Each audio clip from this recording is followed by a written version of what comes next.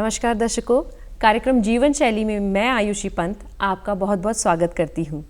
दर्शकों, जैसा कि आप सभी जानते हैं कि जीवन शैली कार्यक्रम में हम समय समय पर आपको हमारे रोज़मर्रा के जीवन से जुड़े विभिन्न पहलुओं पर कुछ न कुछ जानकारी देते ही रहते हैं। हम सभी जानते हैं कि जीवन शैली में हमारी संस्कृति, हमारे रीति रिवाज और त्योहारों का एक बहुत ही महत्वपूर्ण हिस्सा होता है। इसी संदर्भ में आज के कार्यक्रम में हम बात करेंगे एक ऐसे त्यौहार के बारे में जिसका हर्षोल्लास के साथ हम पूरे साल भर इंतज़ार करते हैं और उसे बहुत खुशी के साथ मनाते भी हैं। जी हाँ, हम बात कर रहे हैं यम पंचक त्यौहार या फिर यम पंचक पर्व के बारे में, जिसके लिए आज हमने स्टूडियो में आमंत्रित किया है पंडित हरि प्रसाद जी, ज्योतिष एवं कर्मकांड विशेषज्ञ। पंडित जी, कार्यक्रम में आपका बहुत बहुत स्वागत है। नमस्कार।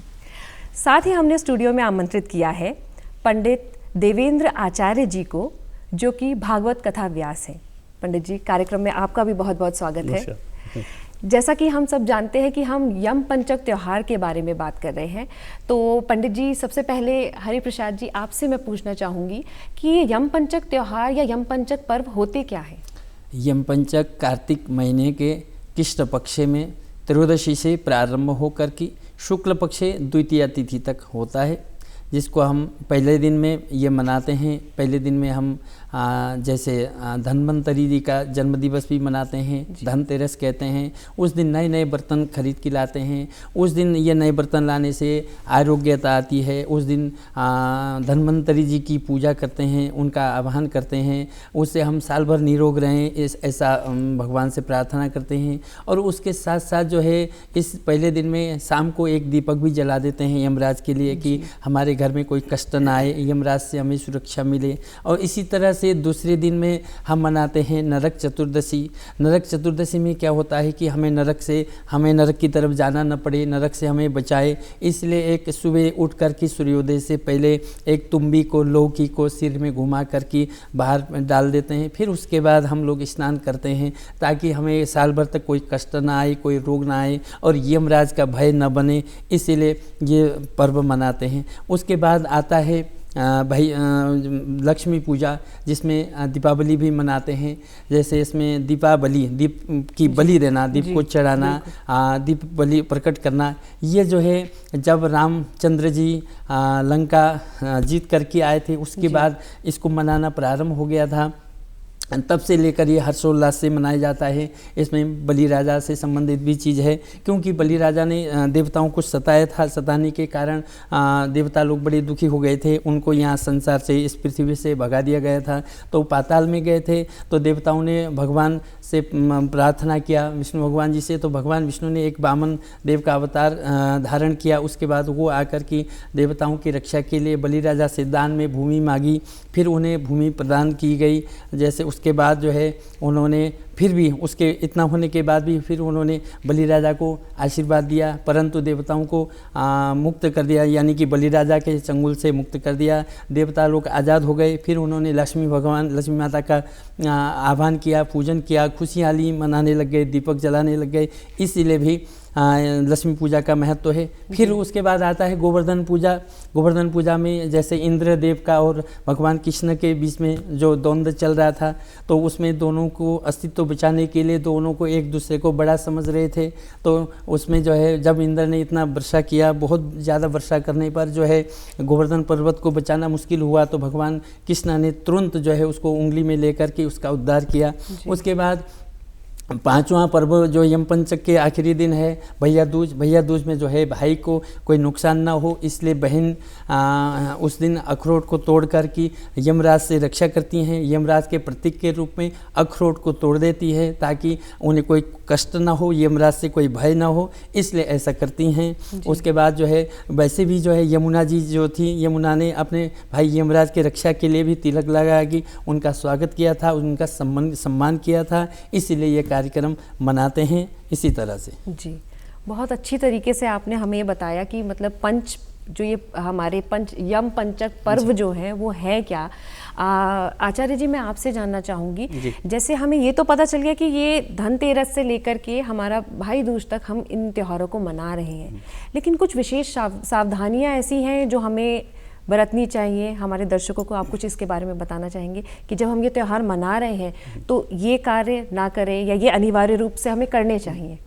देखिए, त्यौहार है, त्यौहार को हर्षोल्लास के साथ मनाना चाहिए। और ये तो त्योहारों का महीना है, कार्तिक मास है, और ये त्यौहार आते ही कार्तिक मास में ही है। और जैसे पंडित जी ने बड़ी अच्छी बात बतलाई है कि यम पंचक 5 दिन तक चलने वाला ये पर्व है, और ये विशेष रूप से यम के लिए है जी। और धन त्रयोदशी जैसे कही है, तो धन त्रयोदशी वाले दिन भी लक्ष्मी जी भी जागी हैं। जैसे एक पतिव्रता पति के जागने से पहले स्वयं जाग जाती है, बिल्कुल ऐसे ही लक्ष्मी जी कृष्ण भगवान नारायण के जागने से पहले वो जागी हैं। तो उस दिन सायंकाल में दीपदान भी होता है, और 5 दीपक यम के लिए भी वो जलाए जाते हैं, यम से भय ना हो, इसलिए जो है धनतेरस का भी है, ये त्यौहार मनाते हैं। और सावधानियाँ यही हैं कि सात्विक रहें विशेष रूप से, और जितने सात्विक रहेंगे मन शुद्ध रहेगा, पवित्र रहेगा, तो आपके मन में आस्था भी जागृत होगी, और आप उस त्यौहार को बड़े मन से और बड़े अच्छे से आप उसको परिवार के साथ मना भी सकेंगे जी। तो इसलिए जो है विशेष यही है कि आप सात्विक रहें, इसमें कोई भी ऐसा व्यसन ना हो इन त्योहारों में, क्योंकि व्यसन से फिर त्यौहार का आनंद खत्म हो जाता है। बिल्कुल। तो व्यसन से दूर रहें, आप त्योहारों का ही आनंद लें और यम से प्रार्थना करें। और जैसे कहा कि भैया दूज का भी जैसे पर्व है, भैया दूज में पर्व में भी यम बड़े व्यस्त रहते हैं, उन पर समय नहीं होता। तो एक दिन यम भी जो हैं वो यमुना जी के पास जब आए, अपनी बहन के पास आए, तो बहन ने देखा कि भाई आया है, तो बहन ने बड़ा स्वागत किया, उनको तिलक लगाया है, उनको बड़ा सुंदर स्वादिष्ट भोजन उनको परोसा है। तो इस दिन बहन भाई के लिए कामना करती है, उनकी दीर्घायु की भी कामना करती है, उसका स्वागत करती है। भाई और बहन के ये आपस के स्नेह का, प्रेम का एक प्रतीक है ये भाई दूज पर्व जी। बहुत अच्छा आपने इसको एक्सप्लेन किया और बताया हमारे दर्शकों को कि क्या क्या सावधानी बरतें और किस तरीके से इसे हर्षोल्लास के साथ मनाएं। पंडित जी, मैं आपसे जानना चाहूँगी कि यदि कई बार ऐसा होता है कि कोई त्यौहार हमारे, जैसे ये 5 पर्व हमारे जो चले हैं, जो आने वाले हैं, ठीक है, तो इसमें अगर कोई ग्रहण या कुछ ऐसा दोष अगर आता है तो क्या इसके लिए हमें कुछ अलग तरीके से या कोई खास सावधानी बरतनी पड़ती है?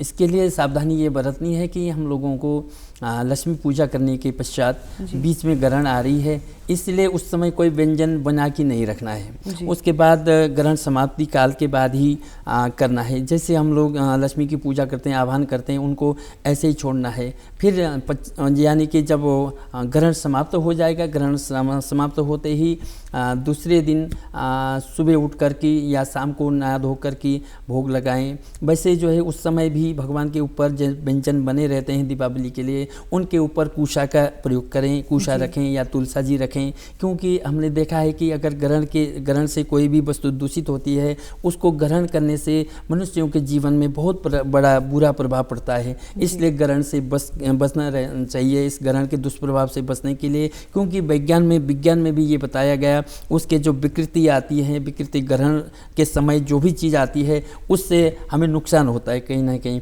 इसलिए उनसे बचने के लिए हमें जो है उससे बचना है और उसमें कुशा रखना है, या फिर ग्रहण के तुरंत बाद जो है ग्रहण के सूर्यास्त के साथ ही ग्रहण समाप्त हो रहा है, फिर स्नान करना है, तब भोजन, ताज़ा भोजन बना के ग्रहण करना है। जैसे घी है या कुछ ऐसी वस्तुएं हैं जो ग्रहण से दूषित नहीं होती है, लेकिन अन्य खाद्य पदार्थ हैं वो जो ग्रहण से दूषित होती हैं, इसलिए उनको ग्रहण में जो आता है उसको ग्रहण नहीं करना है। जी बिल्कुल।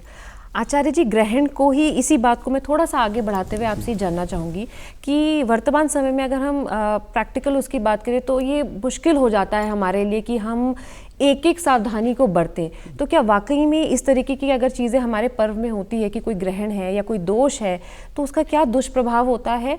और प्रैक्टिकल सेंस में अगर हम बात करें तो कैसे हमारे दर्शक इन चीज़ों से बच सकते हैं या मैक्सिमम बचाव अपना कर सकते हैं ताकि उन्हें कोई भी दुष्प्रभाव ना मिले?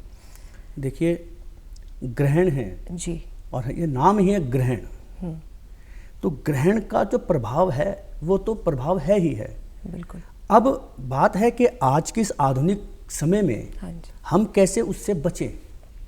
अब बचने के लिए तो यही है कि जैसे अभी खाद्य सामग्री जो हमारे पास पड़ी हुई है, हम उसमें उस ग्रहण का प्रभाव ना हो, उससे बचने के लिए हम कुशा या तुलसी दल रख सकते हैं। लेकिन जीवन में हम उससे बचना चाहें, ग्रहण तो ग्रहण है, उसने प्रभाव दिखाना ही है, हमको सतर्क रहना है, हमें सावधान रहना है ग्रहण से बचने के लिए कि मंदिर भी बंद होते हैं जी उस दिन समय में, ग्रहण काल के अंदर। हाँ जी कि जो वो रेंज आ रही है, जो वो राहु से स्पर्श होते हुए वो प्रकाश आ रहा है हमारे ऊपर, तो उसका जो प्रभाव है वो मनुष्य पे तो पड़ता ही है। इसलिए स्नान करते हैं बाद में, और मंदिर भी बंद इसलिए रखा जाता है कि हम मनुष्य हैं, अगर हम इस प्रभाव से, उस प्रकाश से स्पर्श जो हमारे पे हो रहा है, हम उस प्रकाश के साथ सशरीर हम मंदिर में प्रवेश करते हैं तो वो दूषित ना हो। भगवान तो दूषित नहीं होता, लेकिन मंदिर की जो इस जगह है, जो प्रांगण है, वो दूषित ना हो, तो मंदिर को हम इसलिए बंद रख देते हैं। मंदिर के बाद हम स्वयं जब शुद्ध हो जाते हैं, पवित्र हो जाते हैं, फिर हम मंदिर में जाते हैं।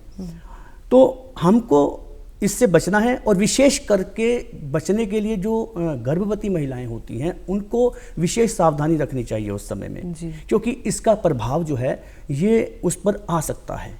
तो उस ग्रहण काल में उनको एक ही जगह बैठा रहना चाहिए, या तो वो लेटी रहें या वो बैठी रहें, वो ज़्यादा चले नहीं, और उसमें मल मूत्र का त्याग भी वर्जित है जी। तो ग्रहण काल में सबसे विशेष जो बचाव है वो उनके लिए विशेष है कि वो एक ही जगह बैठी रहें जी। बाकी हम सब जो और मनुष्य हैं, हमको जो है, हमें भी इस चीज़ से बचना चाहिए। अधिक से अधिक परमात्मा का स्मरण करें, भगवान का ध्यान करें, एक ही जगह बैठ करके हरि का स्मरण करें। ओम नमो भगवते वासुदेवाय, इस मंत्र का वो जाप करें, परमेश्वर का ध्यान करें, तो वो जहाँ बैठे रहेंगे तो स्वतः ही अपने आप उससे बचे रहेंगे वो जी। बहुत अच्छी बात आपने बताई कि आप ईश्वर का ध्यान कर सकते हैं, आप उस समय मेडिटेट कर सकते हैं, जो भी आप चाहें आप इस तरीके से, जिस भी तरीके से आपको कंफर्टेबल है आप वो कार्य कर सकते हैं। पंडित जी, मैं आपसे एक चीज़ जानना चाहूँगी कि दीपावली पर्व का महत्व हम सब जानते हैं।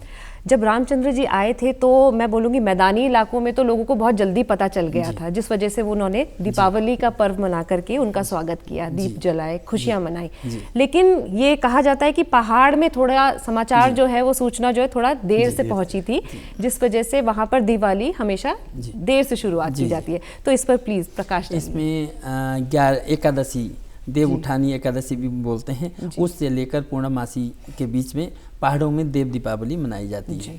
कि वहाँ पे पहाड़ में सूचना बाद में मिली थी, इसलिए वहाँ का महत्व है। उसके बाद फिर एक और जौनसार क्षेत्र में और एक त्यौहार 1 महीने बाद फिर मनाया जाता है, धीरे धीरे करके। जैसे जैसे बात पहुँच गई, उस समय कोई संचार का साधन नहीं था, पैदल ही जाना पड़ता था, वहाँ जाते जाते काफ़ी समय लगता था, इसीलिए जो धीरे धीरे करके वहाँ पे देव दीपावली या जो एकादशी के बाद जो है त्यौहार या दीपावली मनाई जाती है। फिर जौनसार का अलग दीपावली मनाई जाती है, वो जो कम से कम आज के ही दिन का, यानी कि इस दीपावली के 1 महीने बाद मनाई जाती है। इस तरह से वहाँ पर पहाड़ में पता चला था, और पहाड़ में तभी मनाई जाती है, देर से मनाई जाती है थोड़ा सा। और कुछ अलग भी होता है या वैसे ही जैसे नॉर्मली हम दीपावली मनाते हैं? जी, वहाँ थोड़ा सा कुछ अलग से होता है। रात को वो जला कर के जैसे दीपक जलाते हैं, या फिर लकड़ी के उस समय जैसे भी रहा होगा, जिसको भैलो भी बोलते हैं, उसको जला की, ज्वाला को जला की जो है रात में गाते हैं, घूमते हैं, इस तरह से होता है। क्योंकि उस समय तेल की कमी थी या कुछ भी था, लकड़ी को जलाते थे, लकड़ी को जला के घर घर में जा कर के वो दीपावली का उत्सव मनाते थे जी। आचार्य जी, जैसे पंडित जी ने बताया कि भाई पहाड़ों में तो इस तरीके से मनाया जाता है, मैदानी इलाकों में क्या कोई खास दीपावली के दिन कुछ विशेष रूप से कोई कार्य किया जाता है, चाहे माँ लक्ष्मी को प्रसन्न करना है या फिर अपने घर में खुशियाँ और बरकत लाना है? तो इस पर थोड़ा सा प्रकाश डालिए, हमारे दर्शकों को बताइए। इसमें यह है कि दीपावली का पर्व जो है विशेष रूप से लक्ष्मी पूजन, गणपति पूजन का ये दिन है जी। और अमावस्या की रात्रि में ये पूजन होता है जी। लक्ष्मी जी का भी और गणेश जी का भी। और कथा इसमें ये है कि 2 इसमें कारण हैं। एक तो कहा जैसे भगवान श्री राम का आगमन हुआ तो दीपावली मनाई गई, घर घर में दीप प्रज्वलित किए गए, खुशियाँ मनाई गई जी। कार्तिक मास में जब हम महात्म्य में हम जब दृष्टि डालते हैं तो एक सत्य शर्मा नाम के ब्राह्मण का प्रसंग आता है कि सत्य शर्मा नाम का एक ब्राह्मण जो कि धन की इच्छा चाहता था कि धन मिले, ताकि वो धन प्राप्त करके वो भी दान धर्म करना चाहता था। अच्छा। कि इसलिए मुझे धन चाहिए कि मैं दान धर्म करूं, प्रभु को प्रसन्न करूं इस माध्यम से। तो उसने भगवान विष्णु का पूजन किया। तो जब उसने काफ़ी पूजन किया तो लाभ मिला नहीं। तो एक ब्राह्मण से पूछा उसने कि भाई मेरे को लाभ नहीं मिल रहा है कुछ भी। तो उन्होंने कहा भाई प्रभु इस समय सोए हुए हैं, तो अच्छा यही है कि तुम भगवान भोलेनाथ का स्मरण करो तो वो कल्याण करेंगे। उसने भगवान को प्रसन्न किया, भोलेनाथ को। तो भोलेनाथ ने उनको कहा कि भाई तुम अपने राजा से कहो कि अमावस्या की रात्रि में कोई अपने घर में दीपक ना जलाए, सिर्फ मेरे घर में जलेगा। अच्छा। तो उसने अपने राजा से कहा कि भाई मेरी इच्छा ये है कि आज कोई भी शहर में दीपक ना जलाए, मेरे घर में सिर्फ दीपक जले। राजा ने भी ब्राह्मण का मान किया, उसकी बात को मान लिया और ढिंडोरा पिटवा दिया। तो उस दीपावली की रात्रि में, उस अमावस्या की रात्रि में किसी के घर में दीप नहीं जला। उस ब्राह्मण ने अपने घर को बड़ा स्वच्छ रखा, बड़ा सुंदर किया और खूब दीपावली उसने करी। तो रात्रि काल में लक्ष्मी जी जो है उसके घर में आई। उन्होंने सुंदरता देखी घर की। तो जब लक्ष्मी जब वहाँ आई, दरवाज़ा खटखटाया उन्होंने, तो कहा कौन है? उन्होंने कहा मैं लक्ष्मी हूँ। उन्होंने कहा मैं ऐसे नहीं प्रवेश दूंगा आपको, वचन दो 3 पीढ़ी तक मेरे घर में रहोगी, क्योंकि तुम बहुत चंचल हो तो एक जगह नहीं रुकती हो। तो मुझे वचन दो, आप 3 पीढ़ी मेरे घर में रहेंगी तो मैं द्वार खोलूँगा। तो उन्होंने कहा ठीक है, मैं वचन तुझको देती हूँ, लेकिन मेरी पूजा करनी होगी। और उन्होंने अपनी पूजा का उनको विधान समझाया कि किस तरह से मेरी पूजा हो। और तभी से जो है इस रूप में भी जो है दीपावली का पर्व हम बड़े हर्षोल्लास के साथ मनाते चले आ रहे हैं। जी, बहुत ही सुंदर तरीके से आपने एक कथा में हमें सारी चीज़ें बता दी कि कैसे ये पर्व शुरू हुआ और किस तरीके से इसको हम आगे भी लगातार मनाए जाते हैं। दीपावली की हमने बात की, हमने माँ लक्ष्मी और उनकी कृपा की बात की, साथ ही साथ दीपावली के बाद गोवर्धन पूजा, इसका भी बहुत महत्व है। तो पंडित जी, मैं आपसे जानना चाहूँगी गोवर्धन पूजा में क्या विशेष पूजन हमें करना चाहिए और किस तरीके से इस पर्व को मनाना चाहिए? गोवर्धन पूजा में सायंकाल में ही गोवर्धन की पूजा करनी चाहिए। और जैसे गोबर लाकर के गोवर्धन बनाएं और वहाँ पे अपने जैसे मथनी वगैरह सब रखें, फिर उनकी पूजा करना चाहिए। और उसके बाद गोवर्धन का आह्वान करना चाहिए, विधि विधान से पूजा करनी चाहिए जैसे जैसे होता है। विशेष करके जो गोवंश गाय पालते हैं या गौशाला है इत्यादि क्षेत्रों में ज़्यादा इसका महत्व है, ज़्यादा पूजा करना चाहिए। इसीलिए इसी का प्रतीक होता है कि जब इंद्र भगवान जी ने बहुत सारा वर्षा किया था तो भगवान से सबने हाथ जोड़ा था कि इस गोवर्धन पर्वत को बचाइए। तब भगवान जी ने तुरंत जो है उस गोवर्धन पर्वत को हाथ में उंगली में ले करके उनकी रक्षा की थी। इसलिए उस दिन भगवान से अभी भी यही प्रार्थना करना चाहिए कि गोवर्धन की जैसे आपने रक्षा की थी वैसे ही इस संसार में इस धरती को भी ऐसे रक्षा कीजिए। अनेक प्रकार के रोगों से, व्याधियों से, कोरोनाओं से छुटकारा दिलाइए। जो अनेक प्रकार के महामारी आ रही हैं, अभी भी अनेक प्रकार के ज्वर, अनेक प्रकार के डेंगू जैसे अनेक प्रकार के, वैसे ये त्यौहार ऐसा होता है कि हर्षोल्लास से मनाना चाहिए। रोगों का, वर्षा काल से जो भी रोग होते हैं उससे दूर रहना चाहिए। आगे ऐसा ना हो, आगे का समय जो है बहुत अच्छा हो, इस कामना के साथ मनाना चाहिए कि हमारी पृथ्वी की रक्षा कीजिए है भगवान। जैसे आपने गोवर्धन की रक्षा किया था हाथ में लेकर के, ऐसे ही इस संसार का भी रक्षा कीजिए। यहाँ से जो है यमराज से, राक्षसों से, राक्षस रूपी अनेक प्रकार के जो हैं अनेक प्रकार के रोग हैं या अनेक प्रकार के चीज़ हैं, अनेक प्रकार के तत्व हैं, उनसे दूर रखिए और हमें इस संसार को अच्छे से इसका निर्माण कीजिए। अच्छे से हम इस भारतवर्ष को, जहाँ पे हमारा गोवर्धन है अभी भी उसकी परिक्रमा करते हैं, उस गोवर्धन वाले स्थान को, भारतवर्ष की रक्षा कीजिए और इसका संवर्धन कीजिए, इसको बहुत आगे बढ़ाइए। इस तरह से भगवान से प्रार्थना करनी है हम लोगों को। जी बिल्कुल, बहुत खूबसूरती से आपने ये बात हमारे दर्शकों को बताई। पंच पर्व जो ये है, इनका कार्तिक मास से जो एक संबंध है, क्योंकि कार्तिक मास तो हम मानते ही हैं कि भाई पूजा पाठ की दृष्टि से इसका बहुत महत्व होता है, तो इनको कैसे हम रिलेट करके समझ सकते हैं? देखिए, कार्तिक मास है और कार्तिक मास जो है भगवान विष्णु का प्रिय मास है जी। और वैसे प्रिय मास उनका माघ भी है और वैशाख भी है, लेकिन कार्तिक अत्यधिक प्रिय है। और कार्तिक मास में जो ये 5 पर्व आते हैं और यम को प्रसन्न करने के लिए, और कार्तिक कृष्ण पक्ष त्रयोदशी से और शुक्ल पक्ष द्वितीया तक ये पर्व चलता है, और जिसमें भी गोवर्धन भी आता है, भाई दूज भी आता है, जो विशेष रूप से हम इन 5 दिनों में मनाते हैं। क्योंकि गोवर्धन में विशेष रहता है और भैया दूज में विशेष रहता है, क्योंकि बाज़ारों में भी बड़ी हलचल होती है, खूब रौनक होती है इस पर्व को मनाने के लिए, खूब दुकानें भी सजी हुई होती हैं, तो बड़ा अच्छा वो पर्व बनाया जाता है। तो गोवर्धन जो है, और वो गोवर्धन पर्व जो है, ये विशेष रूप से जो पर्व है, ये पर्व है भगवान श्री कृष्ण ने गौओं की रक्षा करी है, क्योंकि इंद्र का मान मर्दन किया। क्योंकि जब इंद्र ने देखा कि प्रतिवर्ष मेरी पूजा करने वाले गोप ग्वाल जो हैं आज इस गोवर्धन का पूजन कर रहे हैं, तो यहाँ अहंकार हुआ उसे, और उसने अहंकारवश अपने संवर्तक नामक मेघों को छोड़ दिया और कहा जाओ नंद के इस गांव में जा करके आप भीषण वर्षा करो। जब वो वर्षा हुई, उस वर्षा से जितने गोप ग्वाल थे वो दुखी हो गए, कृष्ण को पुकारने लगे। तब भगवान कृष्ण ने उन गोप ग्वालों की रक्षा करने के लिए उस गोवर्धन को अपनी छोटी सी उंगली पर 7 दिन तक धारण किए रखा। लेकिन जब इंद्र ने देखा कि यहाँ भी मैं विफल हो गया, और तब तक उसकी बुद्धि भी जागृत हुई कि मैं क्या कर रहा हूँ, साक्षात भगवान पृथ्वी पर हैं, तो तत्पश्चात वो जब उसने अपने मेघों को वापस बुलाया, भगवान ने भी देखा वातावरण शुद्ध हो गया, बारिश रुक गई है, तो भगवान ने उस गोवर्धन को वहीं स्थापित कर दिया। और फिर उसके बाद इंद्र भी जो है भगवान की शरण में आया, उसने उनसे क्षमा मांगी, और कामधेनु उसने अपने दूध से भगवान का अभिषेक किया, और भगवान को उसने कहा कि प्रभु आपने हम गौओं की आज रक्षा करी है, इसलिए आज से आप हमारे वंदनीय हैं, गोविंद, हम गौ में आपकी वंदना करती हैं, हमारे लिए वंदनीय। तब से प्रभु का नाम एक गोविंद भी हुआ।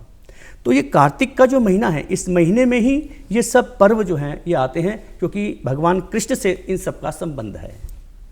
इसलिए इस कार्तिक मास में इन पर्वों को बहुत ही धूमधाम से हर्षोल्लास के साथ मनाया जाता है। जी, तो कहीं ना कहीं हम बोल रहे हैं कि इसी महीने में, कार्तिक मास में ही हमें कन्हैया जी की, कान्हा जी की बहुत सारी लीलाएं भी देखने को मिली, और बहुत सारी चीज़ों से हमारी आस्था भी जुड़ी है। जी जी। पंडित जी, अब अगर पंच पर्व की बात करें तो सबसे आखिर में भाई दूज आता है, और भाई दूज का अपना महत्व है, जैसा कि आपने और आचार्य जी ने बताया भी।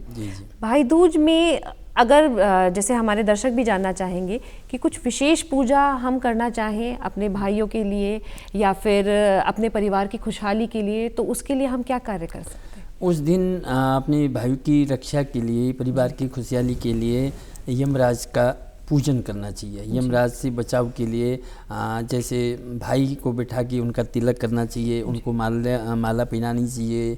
उसके बाद एक अखरोट को लेकर के भाई के सिर में घुमा करके उसको बाहर रख करके उसको फोड़ देना चाहिए कि कोई शत्रु ना हो, जितने भी शत्रु हैं उन शत्रु से बचाव रहे, उसके लिए ये सब कुछ करना आवश्यक है। और उस दिन जो है ऐसे कार्य न करें, जैसे बहन हैं, महिलाएं हैं, महिलाओं को अपने भाई की रक्षा के लिए उस दिन चाकू नहीं चलाना है, सुई का प्रयोग नहीं करना है। ऐसे जो यम का प्रतीक होता है, लोहे को नहीं छूना है। उस दिन भाई की रक्षा के लिए इन चीज़ों से दूर रहना है, शस्त्र को नहीं चलाना है, शस्त्र से दूर रहना है, और भाई की रक्षा के लिए केवल जो है भगवान का पूजन करना है और धर्मराज का पूजन करना है। और घर में विशेष करके जैसे दीप जलाते हैं, दीप एक भैया दूज के समय भी दीवा कलश स्थापना करना है। उसके बाद वहाँ पे सामने भगवान की पूजा करके भगवान को तिलक चढ़ा करके तब भैया को तिलक लगाना है।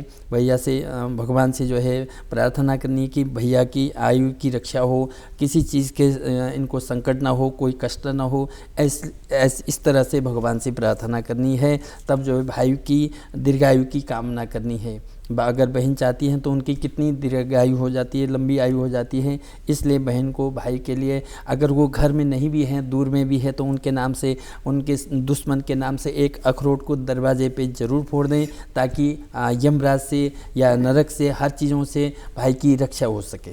जी आचार्य जी, हमने इतनी सारी चर्चा की, इसमें हमने देखा यम का बहुत बार जिक्र हुआ है, यानी यम से संबंधित हमारे पूरे ये 5 पर्व जो हैं किसी न किसी रूप में संबंधित है। तो क्या कोई रोचक कथा है जो आप हमें बताना चाहेंगे यम से संबंधित, इन 5 पर्व से संबंधित? हाँ, विशेष रूप से इन 5 दिनों में यम का ही स्मरण होता है जी। धनतेरस से कार्तिक कृष्ण त्रयोदशी से और शुक्ल पक्ष की द्वितीया तक। और द्वितीया जो है वो एक विशेष दिन है। जैसे भैया दूज पे अभी हम बात कर रहे थे, जी। तो भैया दूज जो है वो यम का एक विशेष है, क्योंकि यम जो है अभी जैसे आपको बतलाया कि यम पे समय नहीं रहता है, और बहन चाहती है कि भाई मेरे घर में आए। तो यम जब बहन के घर आए, यमुना के पास आए, यमुना बड़ी प्रसन्न हो गई। यमुना ने उनका स्वागत भी किया, उनका तिलक भी किया, उनको माला भी पहनाई, सुंदर स्वादिष्ट भोजन करवाया। तो उसने वरदान भी मांगा कि भैया आप मुझे एक वर दीजिए। जी। यम ने कहा बताओ क्या चाहती हो। कहने लगे कि आप प्रत्येक वर्ष में आप मेरे पास इस दिन जरूर आएंगे, और वो यही दिन है यम द्वितीया, कि प्रतिवर्ष यम जो है वो यमुना के पास आता है। और मथुरा में यम का मंदिर है, एक ही मंदिर है बस, और कहीं यम का मंदिर नहीं है। जी। और यमुना के किनारे वहाँ ये पर्व बहनें बनाती हैं, तो उनको बड़ी प्रसन्नता भी होती है, और साथ साथ हर बहन अपने भाई की दीर्घायु की कामना करती है। और इस दिन उनका ये विशेष दिन है, भाई बहन का ये एक विशेष पर्व है। और जैसे पंडित जी ने बतलाया है कि अगर भाई दूर हैं, विदेश में हैं, और वो टीका नहीं कर सकती है, तो बिल्कुल अखरोट पे या बादाम पर वो टीका लगा करके वो रख सकती है, और जब भाई आए तब वो उसको दे सकती है। तो विशेष रूप से यम पंचक जो है ये 5 दिन यम का ही स्मरण है इसमें। और स्मरण भी वो इसीलिए ही है कि सभी कथाओं में वो एक ही बात आती है कि यम का स्मरण हो कि दीर्घायु हो, अकाल मृत्यु ना हो। इस वजह से यम का स्मरण किया जाता है। जी। पंडित जी, अब अंत में मैं आपसे जानना चाहूँगी कि हमारे दर्शकों को आप इन 5 पर्व के बारे में संक्षिप्त में क्या बताना चाहिए? एक तो इसमें मैं बहुत हमारे पहले से ही ऐसे करते हैं, जैसे त्योहारों का महत्व तो बहुत है। त्योहारों को लक्ष्मी पूजा का स्वरूप मानना चाहिए, घर में समृद्धि के लिए मानना चाहिए। और लक्ष्मी पूजा के दिन जो है रक्त बीज को भी काली माता ने मारा था, इसलिए उस दिन रात को 12 बजे काली माता की पूजा भी होती है, रक्षा के लिए करते हैं। साथ साथ हमें इस समय इस खुशी में दुर्व्यसनों से बचना चाहिए। जैसे लोग जुआ आदि खेलते हैं, नहीं खेलना चाहिए। इस दिन अगर हम जुआ खेल के हार जाते हैं तो फिर हमारा जो है आर्थिक तंगी हो जाता है, दिक्कत हो जाता है भविष्य के लिए। तो ऐसे चीज़ों से दूर रहना है, जुआ नहीं खेलना है या शराब नहीं पीना है। ऐसी चीज़ ना करने से हमारा जो त्योहार है अच्छा होता है। अब बच्चों के लिए भी बड़ी खुशी होती है। अगर एक कोई जुआ जीतता है तो जीतने वाला बड़ा खुश होता है, लेकिन हारने वाले के लिए बड़ा दुख होता है। यानी इन चीज़ों से कह सकते हैं कि हमें हर प्रकार की नेगेटिविटी से बच के रहना है, तभी हम सही रूप में त्योहार को मना पाएंगे। जी, अनावश्यक चीज़ नहीं करनी है। अच्छा, जैसे दीपावली से अच्छा शुरू करेंगे तो आगे का समय भी अच्छा बीतेगा, इसलिए अच्छा सोचना है, अच्छा करना है, जब तभी अच्छा रहेगा। जी, तो पंडित जी और आचार्य जी, आप दोनों का मैं बहुत बहुत धन्यवाद करती हूँ कि आज आपने अपने व्यस्त समय से हमारे को थोड़ा सा वक्त दिया और हमारे दर्शकों को इतनी रोचक और इतनी महत्वपूर्ण जानकारियाँ दी यम पंचक पर्व के बारे में। आप हमारे स्टूडियो में आए, बहुत बहुत धन्यवाद। धन्यवाद, नमस्कार। तो दर्शकों, ये था हमारा आज का कार्यक्रम जीवन शैली, जिसमें हमने यम पंचक पर्व के बारे में आपको बहुत सारी महत्वपूर्ण जानकारियाँ दी। हम आशा करते हैं आपको हमारा आज का कार्यक्रम ज़रूर पसंद आया होगा। अगले अंक में फिर से होगी आपसे मुलाकात। तब तक के लिए नमस्कार।